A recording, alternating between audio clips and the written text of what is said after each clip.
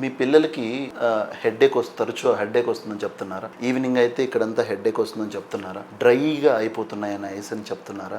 Redness వస్తుందని చెప్తున్నారా?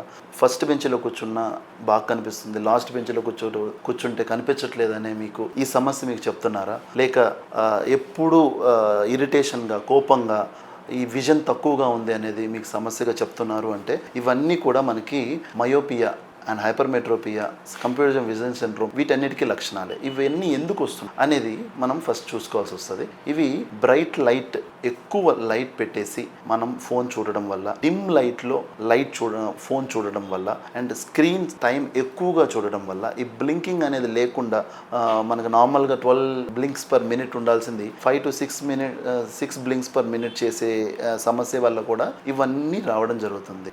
ఇవన్నీ తగ్గించుకోవాలి అంటే మనం ఆయుర్వేదంలో మనం పాటించాల్సింది స్నేహపానం, తర్పణం, నస్యం, సేకం అండ్ పిండి లైక్ ఆఫ్ పంచకర్మస్ మనం చేయడం జరుగుతుంది. ఈ సమస్యలతో మీ వాళ్ళు ఎవరైనా బాధపడుతుంటే మనల్ని సంప్రదించండి. డాక్టర్ విజయస్ కేరళ ఆయుర్వేద.